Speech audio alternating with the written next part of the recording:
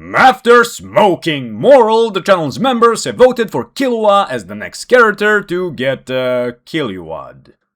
Allow me to very quickly remind you of the rules for these hypothetical battles once again. 1. I am not using a specific character, but an imagined challenger who primarily scales with an end proficiency level of the specific character he is going up against. 2. No assassinations. 3. Neither character has the initiative advantage, and both combatants can start with their Hatsu either prepped or initiated. 4. The challenger has perfect info on the character he's going up against, while vice versa is not the case. 5. Winning entails killing or permanently incapacitating the opponent. 6. Escape is not an option for either character. 7. I may resort to imagined, but very much possible, Hatsu concepts if I really have to in order to properly counter a specific character. And 8. I can only use specialization-based Hatsu against specialists. With that re-established, let's get into it. Now, before we get to his abilities, let's first go over Killua's skills and stats. Killua is a professionally trained assassin and expert in stealth, tracking, perception, and for some reason,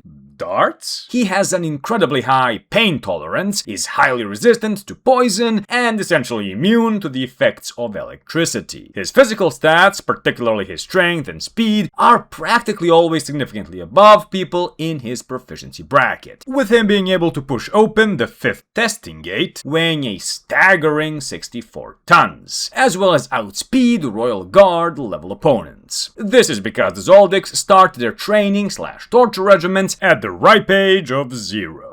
Meaning that Killua was quite the outlier in that his physical stats and raw skill are throughout the whole series significantly above his Nen proficiency, with him arguably finally bridging that gap near the end of the Chimera Ant arc. While he started out as primarily having the skills and mindset of an assassin, i.e. someone who sees his adversaries not as opponents to be fought and defeated, but targets to be quickly and efficiently eliminated, as the story has progressed, he's transitioned to being an assassin/fighter hybrid, being capable of utilizing the best aspects of his assassin training in tandem with his new, more head-on, brawl-focused skill set. All in all, in both physical and mental terms, he is one of the most well-rounded characters in the series, having strength, speed, mobility, agility, battle IQ, and willpower in spades. Being an enhancement midpoint transmuter means that Killua acquires both enhancement and transmutation-based skills and abilities at the same rate, though his affinity for enhancement remains at the standard 80%, of course. Throughout the series, he's developed quite a few electricity-inspired abilities. The first is his Lightning Palm, which is able to shock and stun opponents on the level of sub for a few seconds. While it isn't capable of causing any real damage to stronger opponents, a second or two is an eternity in Nen combat, and the ability to stun your opponents for at least that amount of time should not be underestimated. Thunderbolt can essentially be viewed as the more advanced application of a Lightning Palm, being both more potent and capable of hitting a target at medium instead of melee range. Just like Lightning Palm, it's never shown doing any significant damage, with its primary function being incapacitation. It was potent enough to stun none other than UP for a few seconds, regardless of the fact that he's not only a Royal Guard, but also the tankiest and most durable one among the three. It's entirely possible that both Lightning Palm and Thunderbolt mostly bypass an opponent's physical or enhancement-based durability, since they affect the target's nervous system, meaning that if an opponent doesn't have the magical Zoldyck training needed to somehow be immune to the electrifying effects of electricity, they're going to have to just stand there while a kid capable of folding a tank wails on them for a few seconds. Fun stuff. Since his aura mimics the properties of electricity, it's probable that Thunderbolt strikes at speeds at least somewhat reminiscent of actual electricity, which may make it essentially undodgeable. Electricity is 800,000 times faster than sound, and I'd like you to remember just how proud Bonolenov was of his battle cantabile Jupiter, which traveled at the speed of sound. Even if Thunderbolt travels travels at a mere fraction of that speed, it makes it a serious contender for the fastest attack seen in the series. Next comes one of the most broken abilities in the whole of Hunter x Hunter: Godspeed Whirlwind. Whirlwind allows Killua to bypass the normal pathing of his nervous system by programming the transmuted electricity coursing through him to immediately react to outside stimuli with a pre-programmed response, thereby pushing his combat and general reaction speed to levels far beyond his already impressive capabilities. This to the point that UP couldn't follow Killua's movements, or even react to any of his attacks, being entirely overwhelmed by his onslaught for the dozen or so seconds Whirlwind was active. While in a weakened state, Poof was also unable to land a hit on him, and mentioned how even at full power, he'd still have trouble catching Killua. This is probably a good place to mention that as a condition for using his various electricity-based abilities, Killua has to charge up by electrocuting himself, and Godspeed Whirlwind seems to use up his charge the fastest by far, which does make sense. It's essentially Hunter x Hunter's version of Ultra Instinct. Finally, Godspeed Speed of Lightning is a more general application of Godspeed, wherein Killua retains conscious control of his own movements, simply receiving an electricity-facilitated boost to his overall speed. While not on par with Whirlwind in terms of pure speed, the benefit of Speed of Lightning is that A. Killua retains full control of his body and doesn't have to pre-program his responses ahead of time, and B. It uses up a lesser amount of charge, and therefore most likely, aura to maintain.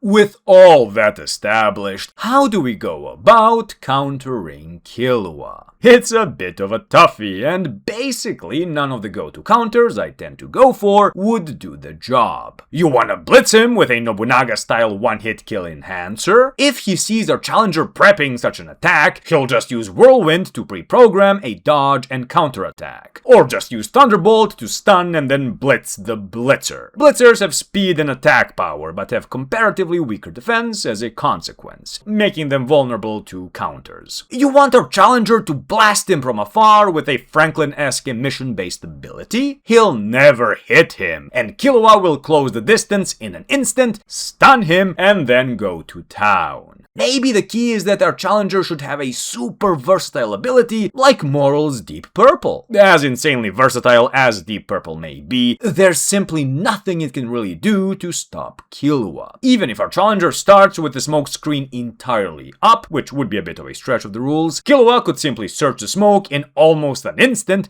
find him, and then let him have it. Being a manipulator with a 60% affinity for enhancement, our challenger wouldn't be able to withstand Killua's hits for very long at all. His smoke clones would be annihilated in an instant, and supposing they could even catch him, which is very unlikely, the smoke tendrils wouldn't be able to hold on to and restrain Killua thanks to his aforementioned strength. Since, as established in the previous video, while durable, there's no way in hell the tendrils are borderline invincible like Smoky Jail was. Killua would locate our Moral-esque challenger, stun him, and owing to his battle IQ, most likely choose to take his pipe away from him, thereby putting our challenger at an unwinnable disadvantage. Alright, so what would be a good counter to Killua then? Well, believe it or not, a good counter to Killua's skillset would be a simple power-type enhancer such as Uvogin.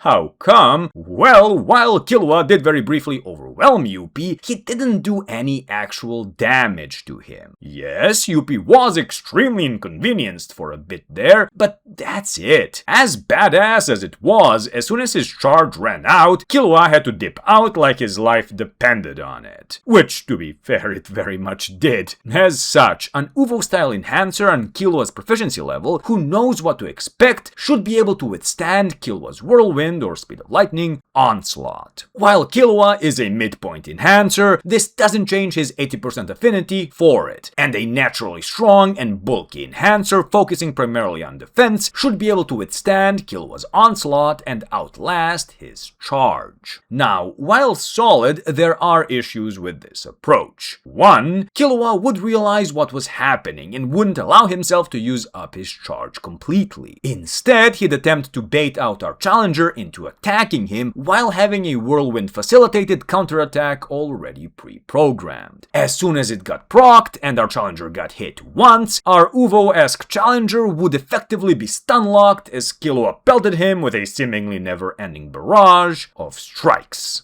And 2, seeing how he couldn't get past his defenses, Killua could just opt for a lightning palm or thunderbolt stun, which would break our challenger's stance, thereby leaving him wide open. A subsequent co-empowered attack to the eyes or groin could very well effectively render our enhancer unable to continue the fight. Even if we keep things a bit more PG-13, a co-empowered strike to the challenger's ankle, let's say, could break it for a similar result. It would essentially all come down to whether or not our challenger could resist or withstand Killua's Godspeed empowered onslaught, and remain in a good enough condition to continue fighting after Killua's charge is used up. Which, while possible, isn't a surefire counter to say the least. What would be the closest thing to a surefire counter then? Well, you may have noticed that I haven't yet brought up a character I've always at least mentioned whenever considering how to counter someone. That's right! Killua's biggest counter is none other than the murder magician himself, Hisoka. Or, more specifically, his bungee gum.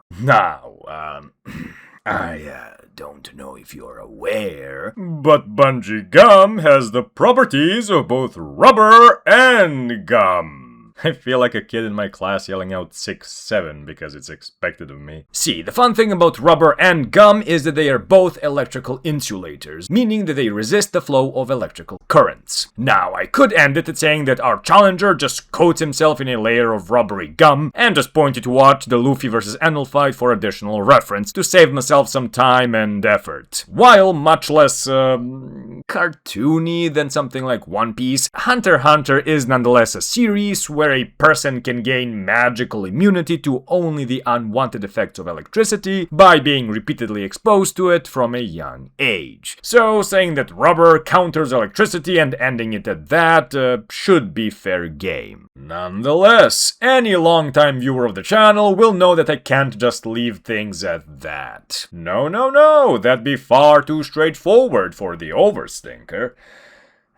So, while both rubber and gum are resistant to electricity, they are not immune to it, like a lot of media will have you believe. Depending on the strength and duration of the current, it could melt or even punch through rubber. And considering Killua's Thunderbolt was potent enough to briefly stun Yuppie, a coating of rubber could offer resistance, but may not actually entirely stop the stunning effect. As such, what our challenger should do is to, of course, create a discount Faraday cage. In super simple terms, not because I think you can't understand it, but because I myself understand it at what's probably a 6th grade level, a Faraday cage insulates whatever is inside from the effects of electricity by directing the electrical charge to flow around its exterior. To accomplish this, a Faraday cage has to, at a minimum, contain 2 layers of protection. The first and outer layer would be made of a material capable of conducting electricity. Often metals like silver are used for this, while the second and inner layer would be made of a material which functioned as an insulator, or in other words, a material which isn't a good conductor of electricity, such as rubber or gum. In this way, whatever is inside, such as our imagined challenger, would remain entirely untouched by Killua's electrical current, as it would instead be dispersed around the outside of the cage, supposing our challenger remained grounded at all times, thus leaving a route for the electricity to escape to. How would our challenger, borrowing Hisoka's Nen kit, be able to do this, though? Texture Surprise. I've already talked about it, so I won't get into it here, but Texture Surprise is one of the least consistent abilities in Hunter x Hunter. Really, it's just all over the damn place with what it can do. The one consistent thing about it is that it's practically guaranteed to be primarily a conjuration-based ability, since its effects are visible to non-Nen users. And since it is conjuration-based, this means that Hisoka should be creating actual physical material instead of just, mimicking its texture without physically altering it. Whatever the case may be, it's entirely within the realms of possibility, since conjuration is a transmuter's adjacent category, for our challenger to be able to conjure various materials. Perhaps generally for the purposes of deception, like Hisoka, but in this case for the purpose of creating a Faraday cage. As such, what our challenger needs to do is coat himself in a layer of gummy rubber, and then use texture surprise to create any kind of mostly transparent material that is a better conductor of electricity than rubber. While Hisoka can create more than 1,000 different textures, we can limit our challenger to somewhere around 50 or so, but make each much more specific and specialized. Not specialist, specialized. One of them could be anything from a conducive aura gel to a translucent mercurial-like metal coating. Being capable of creating a material capable of conducting electricity can come in super handy in general, so I don't believe it's unrealistic for someone with this kind of ability to be capable of doing it. Oh, and as established in previous videos, unless specific conditions and limitations are taken to specifically ignore them, transmuted and conjured materials indeed have properties akin to their real-life counterparts. Meaning that Hisoka's rubbery gum should absolutely be resistant to electricity, while, for example, being vulnerable to heat or cold. Anyway, with that, our challenger's Faraday cage is complete. This would entirely insulate him from Killua's electricity, and thus make him immune to his lightning palm and thunderbolt. However, we do still have Godspeed to deal with. Easy. Our challenger's inner layer is entirely made up of rubbery gum, meaning that it can be made to be sticky. As soon as Killua made physical contact, he'd break through the super physically weak outer layer and get stuck. Our challenger would then use that moment of confusion to gum together Killua's hands and feet, much in the same vein as Hisoka did to Machi. By the way, just like Killua, Machi is an enhancement midpoint transmuter and is one of the physically stronger troop members. Yet despite that, she was entirely unable to break free of Hisoka's gum. While Killua may be able to melt through the gum given he has enough opportunity to focus and output enough electricity very quickly, he would not only severely burn himself in the process, but also our challenger wouldn't simply stand and let that happen. No, he'd go for the kill, hitting Killua with everything he's got while redoing the constraints on his arms and legs if they start to fail. While it'd be unreasonable to say our challenger is in any way physically superior to Killua, since Killua is already on the upper threshold of physical stats for his proficiency bracket, we can say that he is at least equal to Killua. Meaning that while he wouldn't be able to one-shot him, our challenger would absolutely be more than capable of overpowering him given the sticky situation Killua would have found himself in. Also, and I just thought of this at the end, both times we see Killua using Thunderbolt, he's seen jumping in the air. Maybe that's just a condition for the ability, or maybe he doesn't want to be grounded so as to not lose potency. Whatever the case may be, were our challenger to at any point stick him to the ground, in order to get out, Killua would need to severely burn his legs, which would be horrible for someone relying so heavily on speed. With Bungee Gum, our challenger would have more than one win con. And that's how you zap Killua. That's how you gum Killua would have been more appropriate, but I'd also spoil the whole thing, so I'm sticking to this gimmick. I'd like to very quickly give a shout out to my best bud, for whom I'll use the moniker Revan, for introducing the idea of using a Faraday cage in the first place, as well as another buddy whom I'll refer to as Vol'jin, who contributed absolutely nothing to the video, but to whom I owe a completely unrelated favor, and he said he'd like a shout out. Boy, I can't say that word. Shout out. Speaking of shoutouts, I'd also very much like to thank the thinkers and overthinkers for going the extra mile in supporting the channel. As I've said a few times by now, I'll be taking a bit of a break, so I'll be seeing you in 3 to 4 weeks or so, with either a regular video or a Chapter 411 review. Who knows? As always, thank you very much for watching, your feedback is always appreciated, subscribe if you'd like more content like this, and I'll see you in the next one.